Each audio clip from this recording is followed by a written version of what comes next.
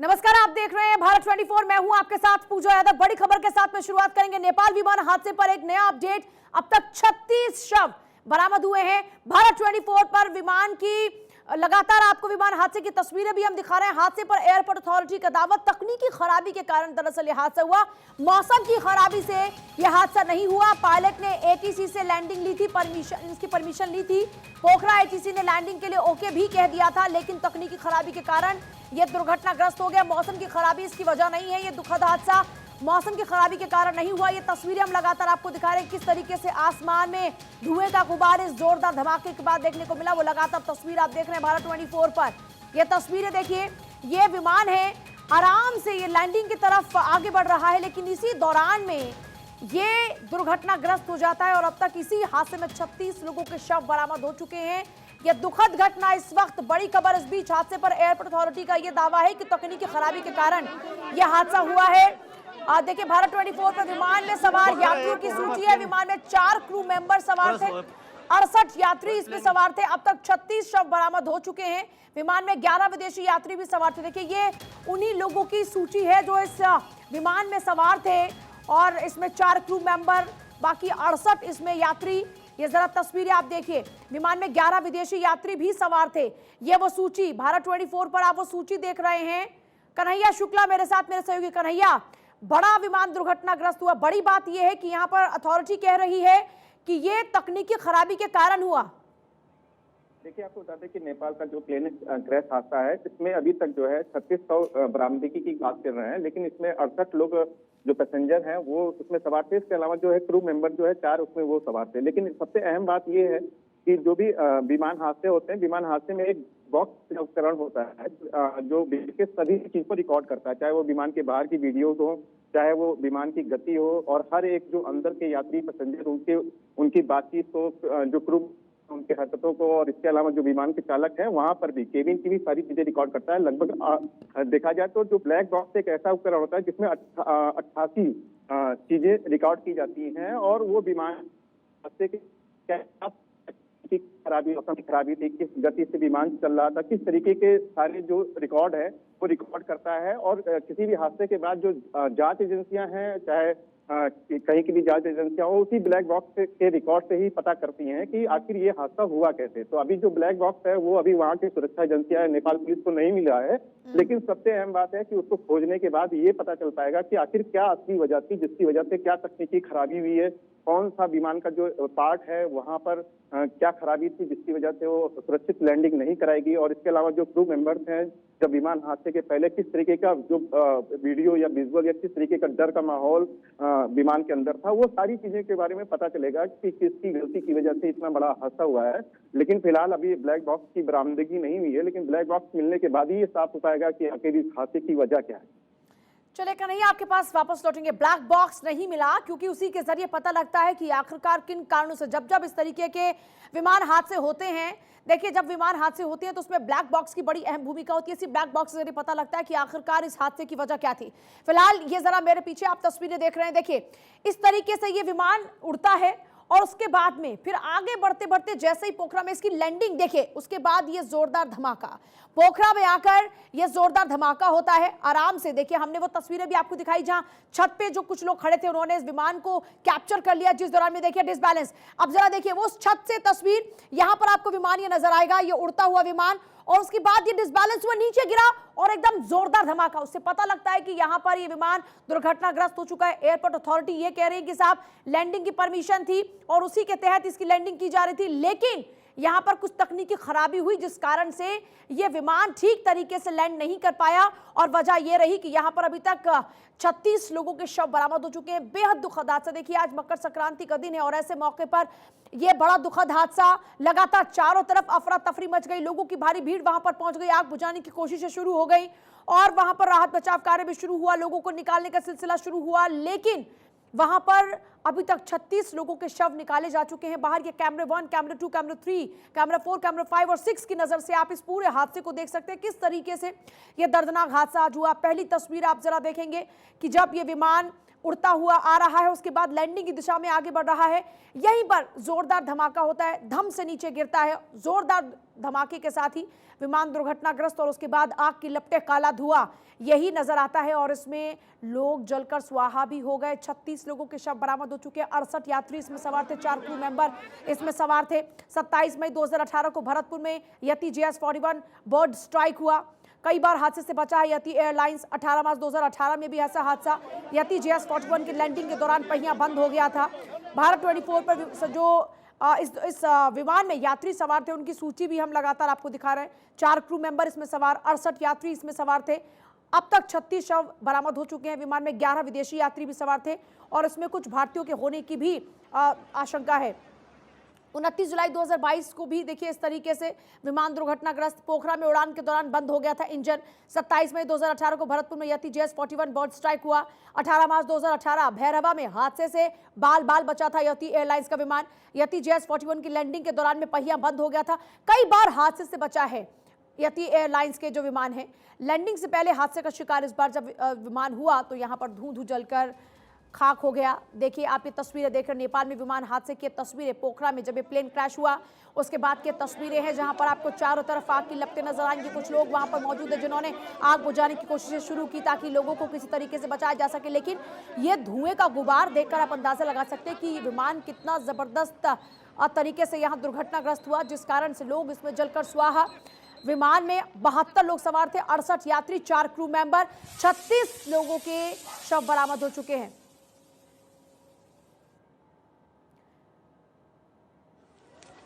Captain इस वक्त हमारे साथ में रिटायर्ड वीके सर, आवाज पहुंच रही है आप तक ठीक से VK Singh ji? Yes, I can hear you. Captain VK Singh ji, इस पूरे हादसे को देखते हुए आपका क्या आकलन है? किन कारणों से यहाँ पर ये विमान दुर्घटनाग्रस्त हुआ? क्योंकि अभी तक एयरपोर्ट अथॉरिटी ये कह रहे हैं कि परमिशन दी गई थी जिसके बाद ये लैंडिंग कर रहा था, लेकिन एकाएक क्या क्या पॉसिबिलिटीज हैं जिस कारण से दुर्घटना यहाँ पर इतनी बड़ी हुई? देखिए, एविएशन इंडस्ट्री जो है, it's a very highly complex industry. जी, रीजंस व्हाई इट हैपेंड, लेकिन नॉर्मली ये देखा गया है कि लैंडिंग और टेक ऑफ फेज जो है किसी भी एयरक्राफ्ट की क्रिटिकल फेजेस होते हैं। उसके अंदर जो है, जैसे ये लैंडिंग का केस है, इसके अंदर aircraft has to be stabilised और पायलट्स की क्या स्थिति थी,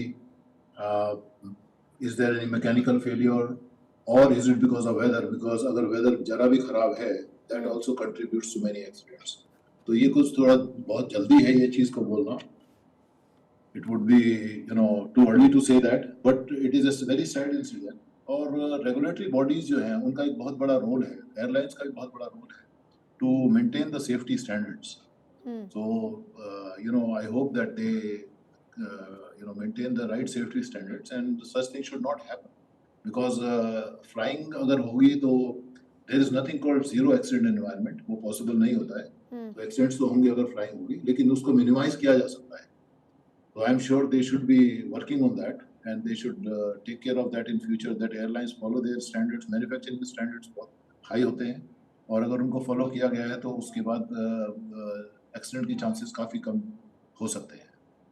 यति एयरलाइंस के कई ऐसे वाक़े हैं, कभी कभी इंजन का बंद हो जाना, कभी पहिए जाम हो जाना, ऐसे कई यति एयरलाइंस को लेकर जानकारी मिली, चाहे 2018 की बात हो, 2021 की बात हो, ऐसे कई यहाँ पर इनके विमान दुर्घटनाग्रस्त कभी कभी होते होते बचे।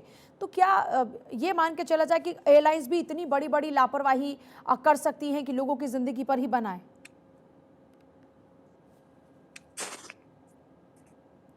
कैप्टन वीके सिंह जी।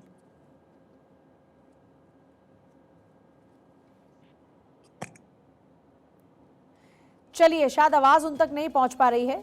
सर, आप सुन पा रहे तो एक ब्लैक बॉक्स का जिक्र भी हो रहा है कि एग्जैक्टली क्या सिचुएशन रही, किन कारणों से विमान दुर्घटनाग्रस्त हुआ, ये उस ब्लैक बॉक्स से जरिए क्लियर हो पाएगा?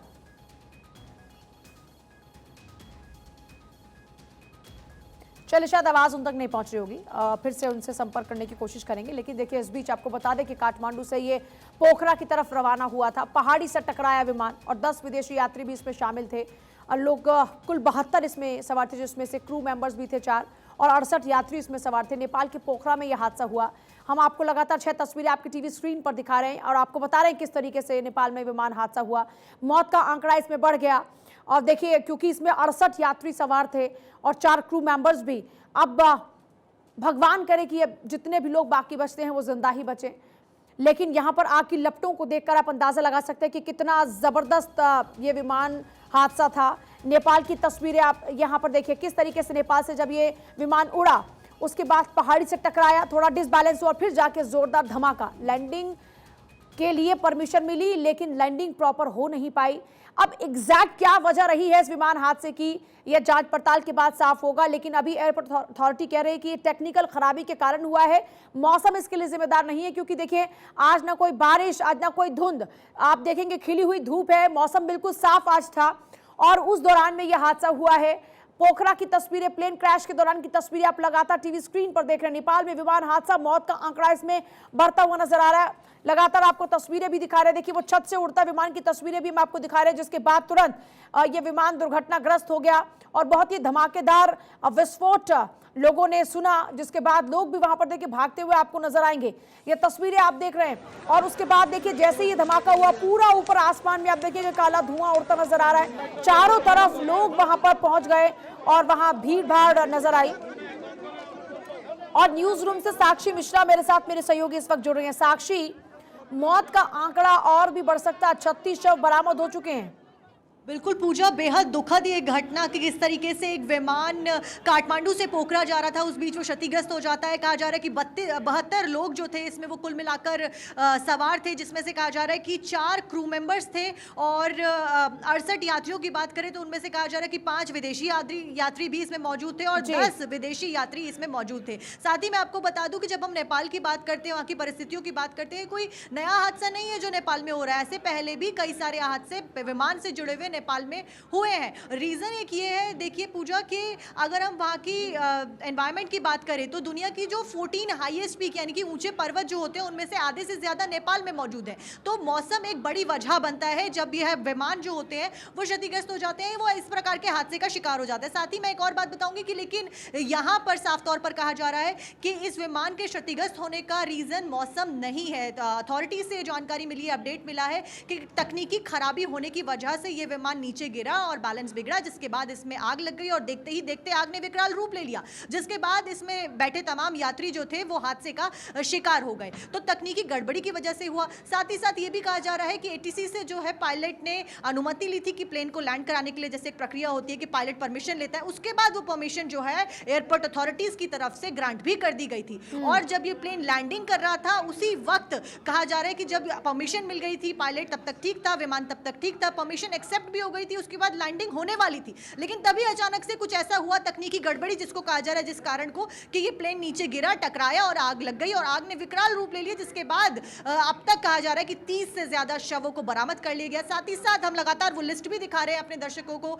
एक्सक्लूसिव कि किस तरीके से कौन कौन यात्री उस विमान में सवार थे। 68 यात्रीगण जो थे, 4 क्रू मेंबर्स के सिवाय उनमें कौन कौन थे। पूजा, एक और दुखद बात यहाँ पे ये है कि अब तक जो जानकारी सामने आ रही है उसके आधार पर कहा जा रहा है कि बच्चे भी इस विमान में सवार थे। तो ये बेहद दुखद घटना जो है वो एक बार फिर, और सवाल यहाँ पर यही उठता है कि आखिर कब बीइंग अ पैसेंजर और आम नागरिक होने के नाते कब हम बेचिंतित होकर। देखिए आपके पास वापस लौटते हैं साक्षी, जरा दर्शकों को तस्वीरें भी हम दिखा रहे हैं किस तरीके से परखच्चे उड़ गए, चारों तरफ आग की लपटें, धुएं का काला गुबार नजर आ रहा है और आप देखिए किस तरीके से टुकड़े टुकड़े में आपको ये विमान फैला हुआ नजर आएगा।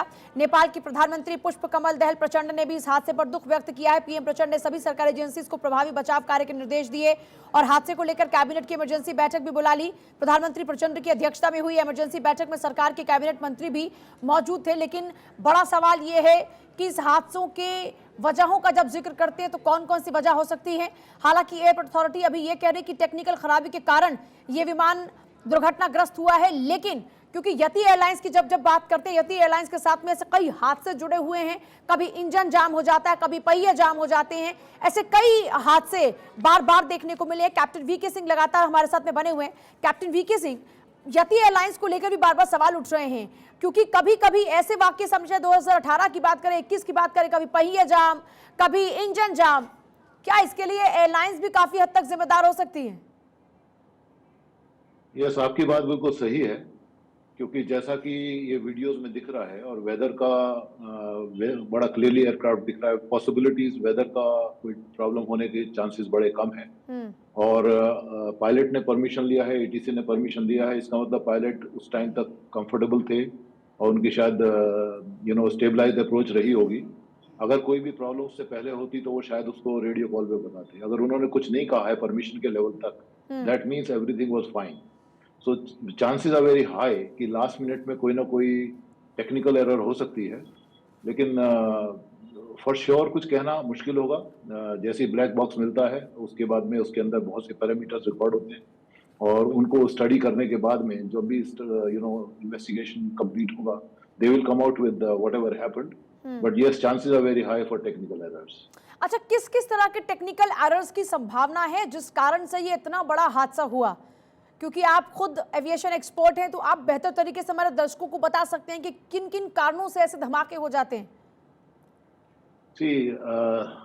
लैंडिंग और जैसा पहले भी मैंने बोला, लैंडिंग और टेक ऑफ क्रिटिकल फेजेस होते हैं। उसके अंदर जो है या तो एयरक्राफ्ट की पावर्स बहुत ज्यादा यूज होती है या उस टाइम के ऊपर लेवल ऑफ अलर्टनेस बहुत ज्यादा चाहिए। और ऐसे बहुत से कंट्रोल्स का फेलियर होना एक बड़ा कॉमन चीज है। इंजन के फेल होने से बहुत ज्यादा इम्पैक्ट इसलिए नहीं होगा कि वो ऑलरेडी अप्रोच के ऊपर था। और ऐसी स्थिति में अगर एक भी इंजन अगर फेल होता है तो second engine is sufficient to continue with the landing. So वो चांसेस कम है। तो मोस्ट लाइकली चांसेस सैबोटेज को भी आप एलिमिनेट नहीं कर सकते हैं, बिकॉज हो सकता है किसी ने कोई छोटा एक्सप्लोजिव कुछ यूज किया हो। तो it's too early to say anything, but yes I would say that controls failure could be one of the reasons, right? And then of course avionics and other things, because lost ज़्यादातर चीज़ automated होती हैं। अगर वो automatic landing कर रहे हैं उस time भी कुछ हो सकता है। तो बहुत it is too early to really pinpoint anything. There's so many things can happen.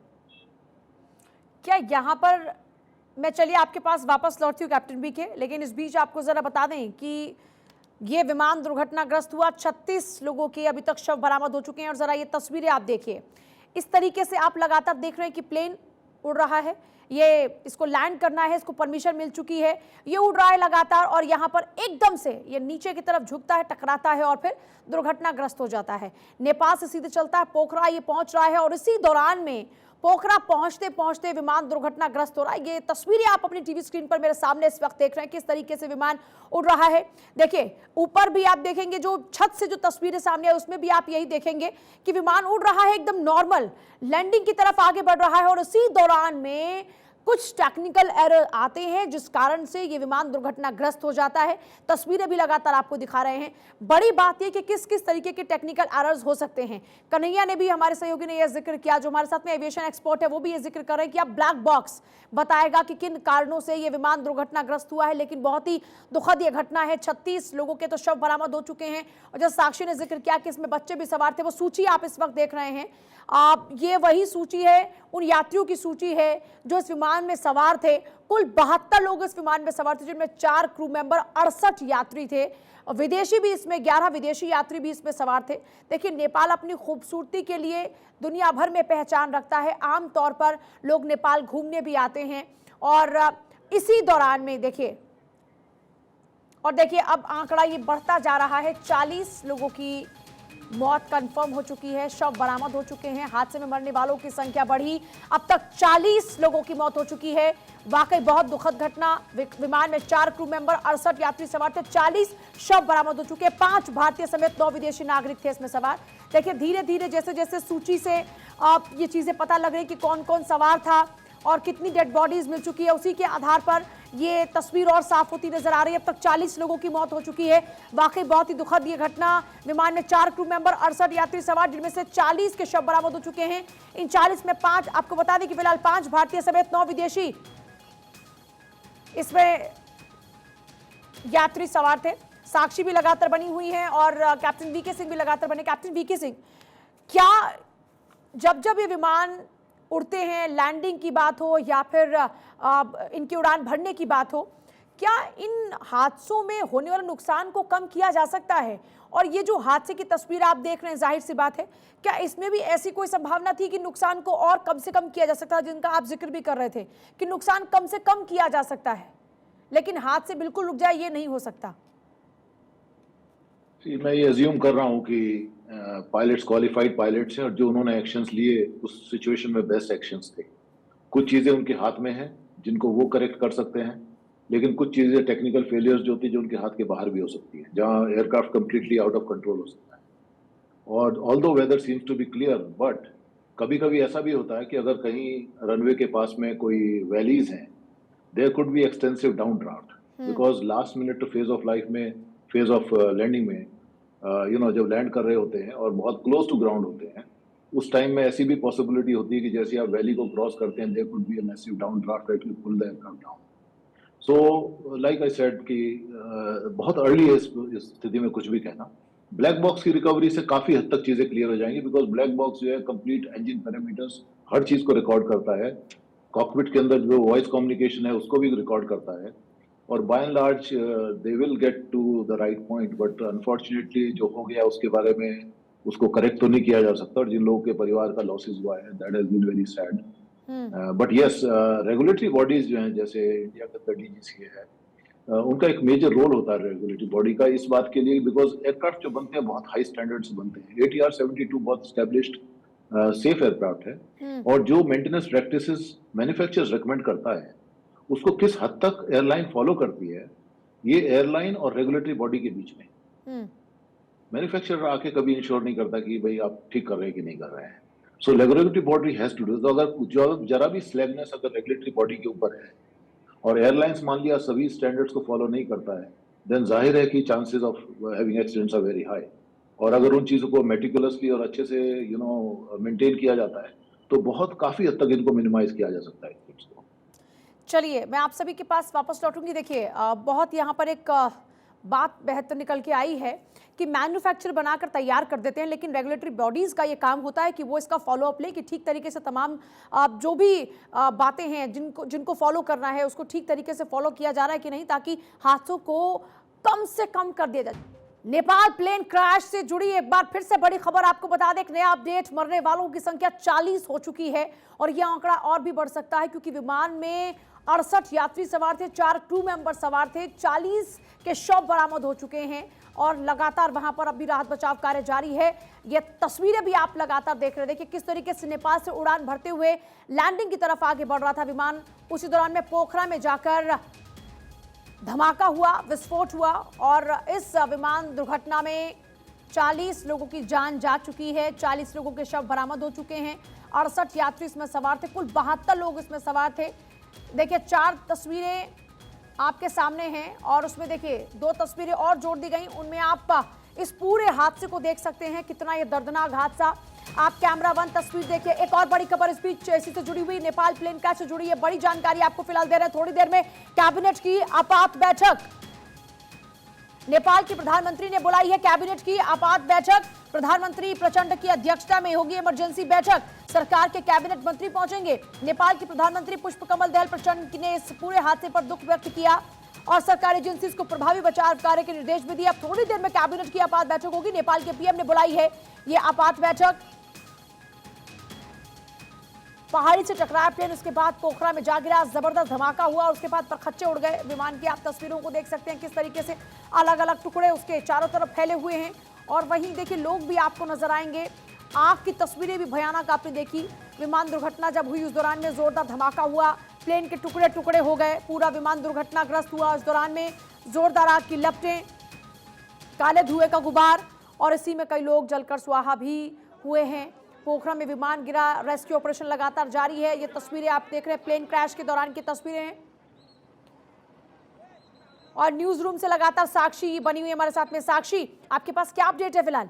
Puja, update यही है कि अब तक 30 से ज़्यादा लोगों की दर्दनाक इस हादसे में मौत हो चुकी है और तमाम शव जो है उनको बरामद कर लिया गया है, लेकिन आंकड़े लगातार बढ़ेंगे ऐसा नेपाली मीडिया द्वारा बार बार कहा जा रहा है। साथ ही साथ इस वक्त की अपडेट ये है कि नेपाल के पीएम पुष्पकमल दहल जो हैं वो एक कैबिनेट मीटिंग, इमरजेंसी बैठक उन्होंने बुलाई है, जिसमें वो तमाम समीक्षा करेंगी कि क्या कुछ घटना रही, क्या कुछ मौतों का आंकड़ा रहा और कितने लोग जो हैं अभी अस्पताल में भर्ती हैं, क्योंकि कहा जा रहा है कि कुछ लोगों को अस्पताल में भी भर्ती कराया गया है, जिनका इलाज फिलहाल चल रहा है। इसके साथ ही पूजा मैं आपको बता दूं कि ब्लैक बॉक्स जो है वो इस समय चर्चा का विषय बना हुआ है, क्योंकि ब्लैक बॉक्स का मिलना बेहद ज़रूरी है। हालांकि अभी तक ये कहा जा रहा है कि ब्लैक बॉक्स अभी तक नहीं मिला है। ब्लैक बॉक्स की बात जब हम करते हैं तो ब्लैक बॉक्स वो बॉक्स होता है जिससे तमाम जानकारियाँ जो है वो प्लेन से जुड़ी हुई मिल जाती हैं। चाहे जैसे कि पहले कहा जा रहा है कि तकनीकी खराबी की वजह से प्लेन गिरा है, प्लेन पहले कहा जा रहा था मौसम की गड़बड़ी की वजह से गिरा, लेकिन फिर ये इन्फॉर्मेशन आती है कि तकनीकी कारणों की वजह से प्लेन गिरा है, क्योंकि पायलट ने पहले परमिशन ली, एटीसी से परमिशन उसको ग्रांट हुई और एट द एंड मूवमेंट कुछ क्षण कुछ सेकंड्स में ये कुछ हुआ जब परमिशन मिली और प्लेन लैंड करने वाला था कि प्लेन अचानक से क्रैश हो जाता है, गिर जाता है। तो तकनीकी खराबी कारण बताया जा रहा है। तो इस बीच ब्लैक बॉक्स ये तमाम वो जानकारी मुहैया करा सकता है कि आखिरकार एंड मोमेंट पे क्या कुछ बातें हुई, पायलट की, को पायलट की, पैसेंजर्स में क्या कुछ अफरा तफरी थी और क्या कुछ बातें जो ग्राउंड पे एयरपोर्ट पे लोग मौजूद थे और पायलट की हुई, और क्या टर्बुलेंस। देखिए ब्लैक बॉक्स ये भी इंफॉर्मेशन देता है कि टर्बुलेंस क्या था, एयरप्लेन की हाइट कितनी थी, किस ऊंचाई पे वो उड़ रहा था, क्या कुछ गड़बड़ी उसमें हुई, क्या कुछ जैसे कहा जा रहा है कि वो उल्टा हो गया प्लेन या फिर वो पहाड़ी से टकराए। तो ये तमाम वो जानकारियां जो केवल black box he and time पे मुहैया करा सकता है, उसको बरामद करना बेहद ज़रूरी हो जाता है। अब तक की इन्फॉर्मेशन की हम माने तो ब्लैक बॉक्स फिलहाल बरामद नहीं किया गया है। हालांकि अभी हमारी नज़रें कैबिनेट मीटिंग के ऊपर बनी हुई है। नेपाल के प्रधानमंत्री ने मीटिंग बुलाई है और समीक्षा बैठक वो करने जा रहे हैं। लेकिन बेहद दुखद ये खबर, जिस तरीके से हमने पैसेंजर्स की लिस्ट भी यहाँ पर दिखाई कि बच्चे भी मौजूद हैं और 9 विदेशी यात्री उसमें मौजूद थे, 72 कुल लोग उसमें शामिल थे, जिसमें से 4 क्रू मेंबर कहे जा रहे हैं और 68 यात्री थे, जिसमें से 10 के करीब 9 विदेशी यात्री थे और भारतीय नागरिक भी उसका हिस्सा थे। तो लगातार हमारी नजरें बनी हुई है और मौत का आंकड़ा बढ़ सकता है, ये बार बार दावा किया जा रहा है नेपाली मीडिया के द्वारा। तो बेहद दुखद ये घटना क्योंकि इसमें बचने की आशंका लोगों की कम ही नजर आती है। ये कहते भी बहुत तकलीफ हो रही है, लेकिन जिस तरीके से ये प्लेन क्रैश हुआ है उसके बाद उसके परखच्चे उड़े हैं और वहां पर आग की लपटें और ये काला धुआं, इससे अंदाजा लगाया जा सकता है कैप्टन वी के, क्योंकि जिस तरीके से तस्वीरें देखने को मिल रही हैं उसमें तो यही हो सकता है कि जाको राखे साइया मार सके ना कोई, भगवान की कृपा जिस पर है वो बचे तो बचे, लेकिन जितना बुरा ये हादसा हुआ है इसमें मुश्किल ही है कि लोगों की जान बच पाए। बिल्कुल पूजा, और बेहद दुखद ये घटना, लेकिन फिर भी कुछ उम्मीद है कि कुछ लोग शायद सही सलामत बच जाए, क्योंकि जिस तरीके से इन्फॉर्मेशन अब तक आ रही है वो उसमें यही कहा जा रहा है कि 2 से 3 लोगों को अभी अस्पताल ले जाया गया है, यानी कि उनमें सांसें बची हैं अभी, जो उन्हें अस्पताल में भर्ती कराया गया और उनका इलाज आपके पास वापस लौटती हूँ। विमान हादसे पर नेपाल पीएम प्रचंड का बयान, असंतुलित होकर विमान क्रैश हुआ। उन्होंने कहा कि डिसबैलेंस हुआ, गांव को बचाने में नदी में गिरा विमान। देखिए जानकारी ये है कि विमान का संतुलन क्यों बिगड़ा, इसको लेकर जांच जारी है, लेकिन ज्यादा लोगों की जान ना जाए बचाने के लिए लोगों को, क्योंकि गांव के ऊपर ये विमान हादसा हो सकता था, ऐसे में पायलट ने इसे नदी की तरफ ले जाने की कोशिश की ताकि नुकसान कम से कम जान माल का हो। विमान का संतुलन क्यों बिगड़ा, इसको लेकर जांच जारी। बड़ा बयान इस वक्त इस पूरे मामले को लेकर, विमान हादसे पर नेपाल पीएम प्रचंड का बयान, असंतुलित होकर विमान क्रैश हुआ, विमान डिसबैलेंस हो गया जिस कारण से ये विमान दुर्घटनाग्रस्त हुआ है। गांव को बचाने में नदी में जाकर ये विमान गिर गया। देखिए एक और इस पूरे मामले को लेकर एक नई जानकारी मिल रही है जो खुद वहां के पीएम दे रहे हैं। पीएम प्रचंड ने ये बड़ा बयान दिया, उन्होंने कहा कि असंतुलित होकर ये विमान क्रैश हुआ है। पीएम प्रचंड का ये बयान, उन्होंने कहा कि इस पूरे मामले में जांच पड़ताल जारी है गांव को बचाने में, लेकिन नदी में जाकर विमान गिरा, विमान का संतुलन क्यों बिगड़ा इसको लेकर जांच जारी है। यानी डिसबैलेंस की क्या कुछ वजह रही, क्या टेक्निकल खामियां रही, इसको लेकर जांच पड़ताल होगी। जैसा हम बार बार जिक्र करें कि इसमें ब्लैक बॉक्स की बहुत अहम भूमिका रहने वाली है, क्योंकि ब्लैक बॉक्स में सब कुछ रिकॉर्ड होता है और वो ब्लैक बॉक्स बताएगा कि आखिरकार किन कारणों से विमान डिसबैलेंस हो गया। लेकिन यहाँ पर डिसबैलेंस को लेकर बात की जा रही है।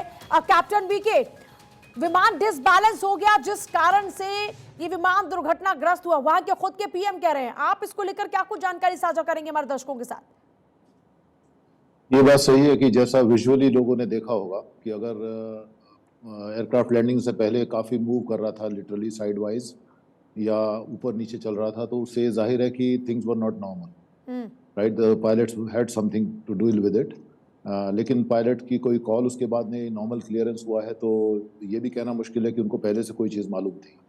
और जैसा कि आपने कहा कि आसपास में गांव था और उसको रीडायरेक्ट किया, वो पायलट्स की पार्ट ऑफ ट्रेनिंग होता है कि जब भी बिल्ट अप एरिया के ऊपर आप होते हैं और कुछ भी होता है, one of your goal is to avoid that built up area so that कि मिनिमम लॉसेज हो उसमें। जो एयरक्राफ्ट में है उनका तो है ही है, बट जो लोग नीचे है उसका भी लॉस ना हो।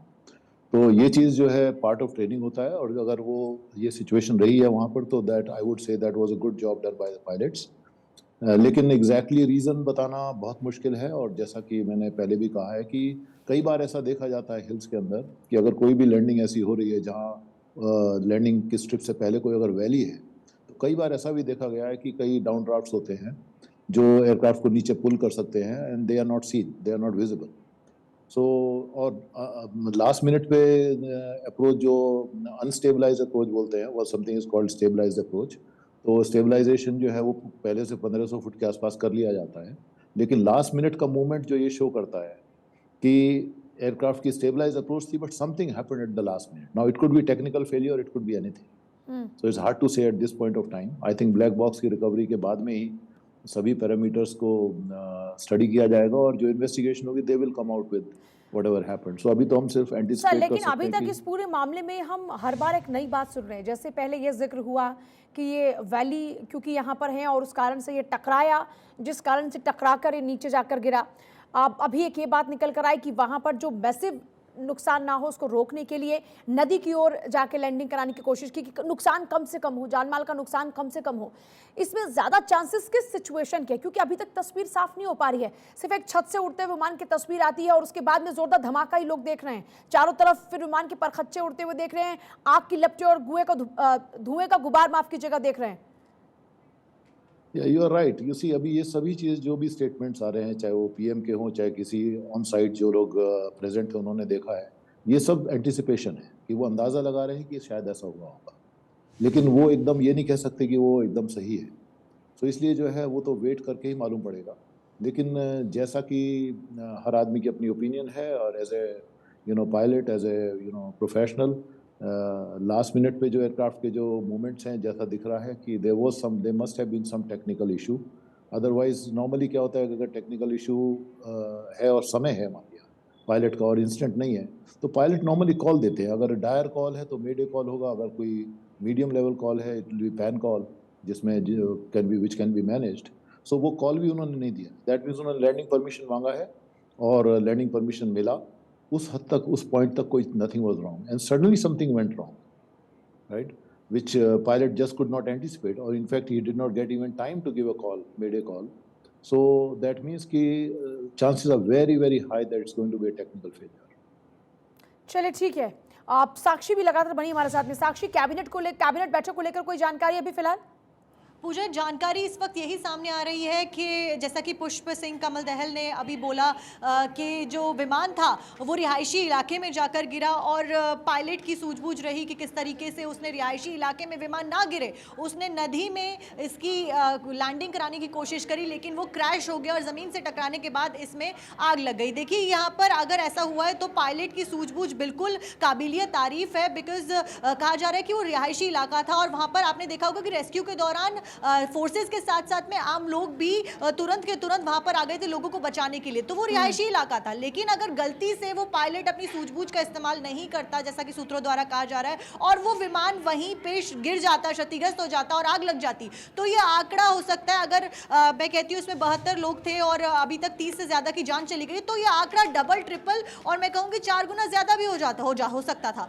तो यहाँ पे सूझबूझ पायलट की जरूर देखी गई है, लेकिन सवाल वही है कि आखिरकार कब हम चिंता मुक्त होकर एक फ्लाइट में सवारी कर पाएंगे और कब ये सारे टेक्निकल ग्लिचेस जो हैं उनसे मुक्ति मिल पाएगी, क्योंकि तकनीकी, जैसा कि अभी वीके सिंह सर कह रहे थे, एविएशन एक्सपर्ट जो हमारे साथ जुड़े हुए हैं, सर कह रहे थे कि with in fraction of seconds कुछ ऐसा हुआ, जैसे कि पहले बताया गया कि एटीसी ने परमिशन दे दी थी पायलट को, पायलट लैंडिंग करा रहा था, परमिशन मिल गई, पायलट नीचे लैंडिंग करा रहा था, लेकिन within fraction of seconds, पलक झपकते ही कुछ ऐसी तकनीकी गड़बड़ी पायलट के सामने आई कि उसने with in fraction of seconds, उसके पास इतना भी टाइम नहीं मिला कि वो कॉल करके इंफॉर्मेशन एयरपोर्ट तक मुहैया करा दे, पहुंचा दे और अपडेट ले ले या फिर रिक्वेस्ट कर ले कि क्या कुछ किया जा सकता है। Within fraction of seconds, पलक झपकते ही कुछ ऐसा हुआ तकनीकी गड़बड़ी, जिसके कारणवश प्लेन नीचे आया और उसमें आग लग गई और वो गिर गया, और इसी सेकंड्स के अंदर पायलट ने डिसीजन लिया कि किस तरीके से रिहायशी इलाके की बजाय नदी में इसको क्रैश कराना या लैंड कराने की कोशिश करना बेहतर विकल्प होगा, क्योंकि कहीं ना कहीं पायलट को भी उस क्षण में ये महसूस हो गया होगा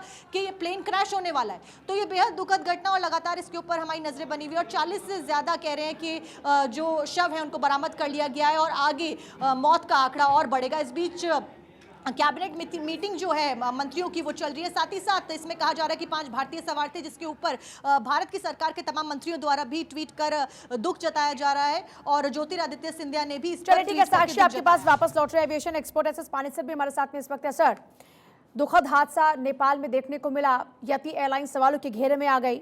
आपका अपना इस पूरे हादसे को देखते हुए क्या ओपिनियन है, किन कारणों से यह हादसा हुआ होगा और क्या इस हादसे में हुए नुकसान को कम किया जा सकता था?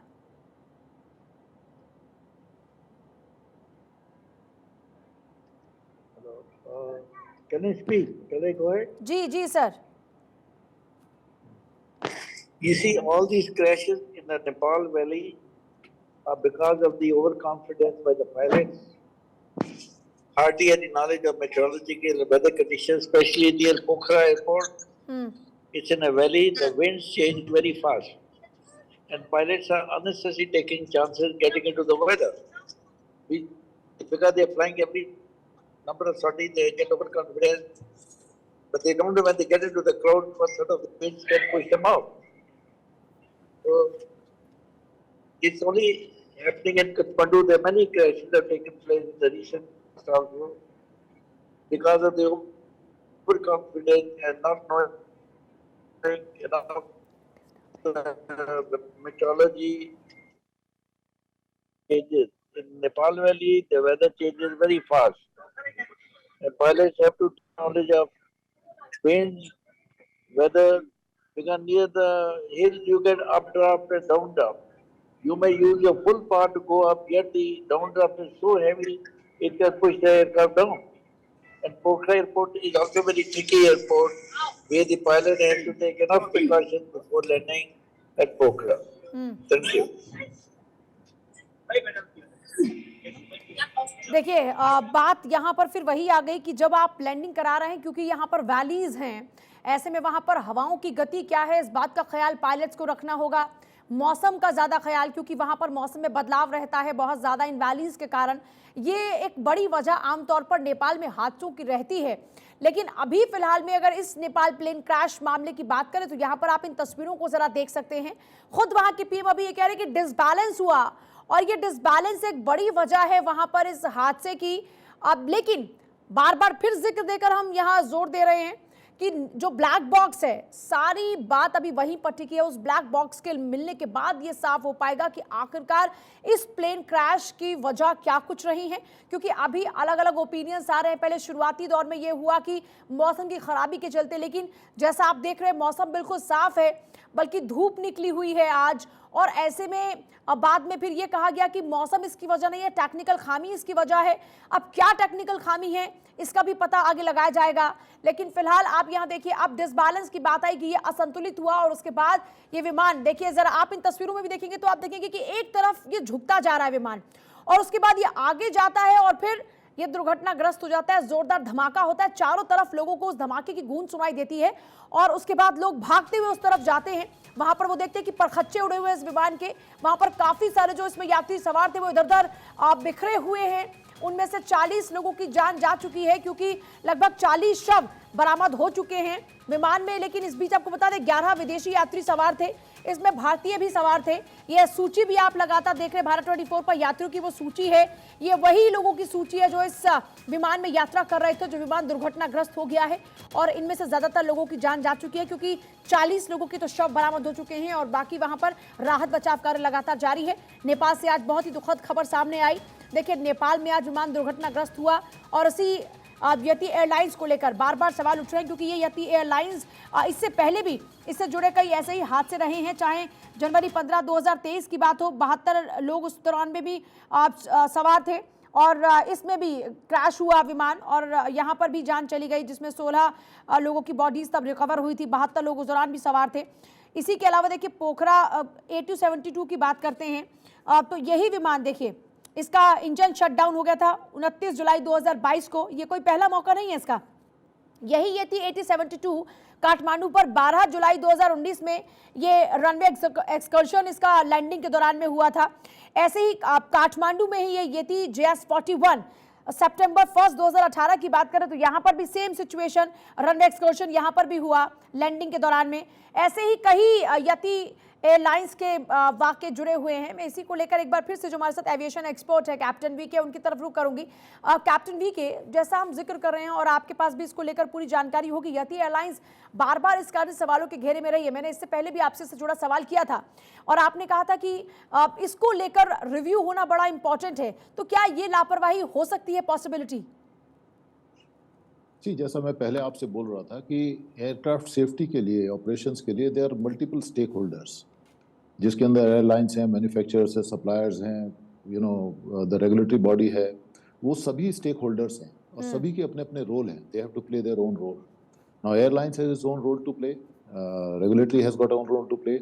वो कितना उसको इन्फोर्स कर रहे हैं, ये रेगुलेटरी बॉडीज डिफरेंट है, हर कंट्रीज में अलग अलग होती है। और अगर वो उसको इफेक्टिवली इम्प्लीमेंट करते हैं और एयरलाइंस उसको फॉलो करती है तो ये चीज़ें काफ़ी हद तक मिनिमाइज हो सकती है।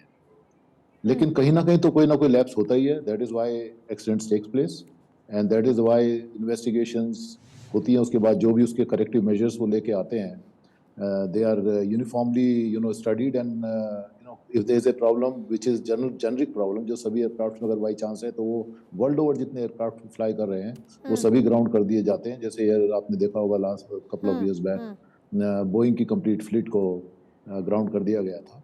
तो वो सब होता है, लेकिन स्टेक होल्डर्स हैं और it is too early for me to say anything about pilot like other speaker said that the pilots की गलती होती है। मैं इस बात को इजीली नहीं एक्सेप्ट करने को तैयार हूँ। उसका कारण ये होता है कि एयरलाइंस में बहुत एक्सपीरियंस पायलट्स आते हैं और सभी एयरफील्ड्स पे जहाँ भी हिल्स में yes problems are more than the plains, लेकिन वहाँ स्टैंडर्ड प्रोसीजर्स होते हैं उस चीज़ को केटर फॉर करने के लिए। तो अगर वो उस कंप्लायंस करते हैं, उनको फॉलो करते हैं, तो चांसेस बहुत कम हो जाते हैं। और अगर कुछ ऐसा हुआ होगा कि कोई विंड शेयर होता या कोई चीज़ होती, they would have probably informed ATC about it.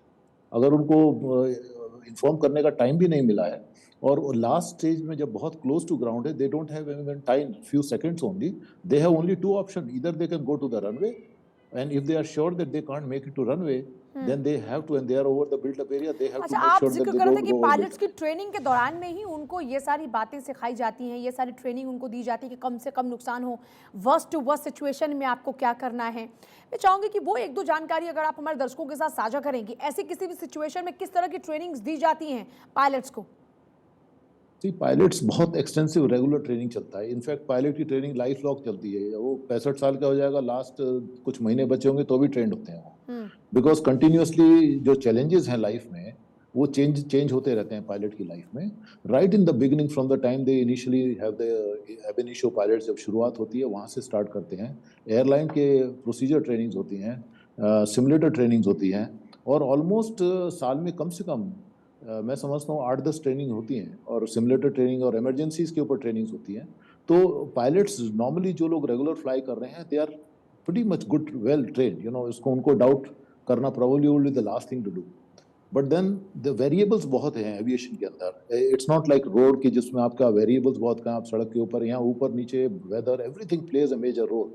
So under such circumstances I would say that the possibilities जो है वो टेक्निकल फेलियर की ज़्यादा दिख रही है इस पर्टिकुलर केस के अंदर। लेकिन ये end of the day investigations will say tell us, because pilots generally are they well trained, they would have taken the right course. अगर if he was sure that he can't make it to runway and he is going over a built up area, he would surely divert, go into valley or wherever he can go. चलिए, मैं आपके पास वापस लौटते कि विमान हादसे पर कब क्या हुआ। 8 बजे के करीबन जो विमान हादसा हुआ, ये 8 बजे हुआ और सबसे पहले इस हादसे के बाद वहां पर ग्रामीण मौके पर पहुंचे।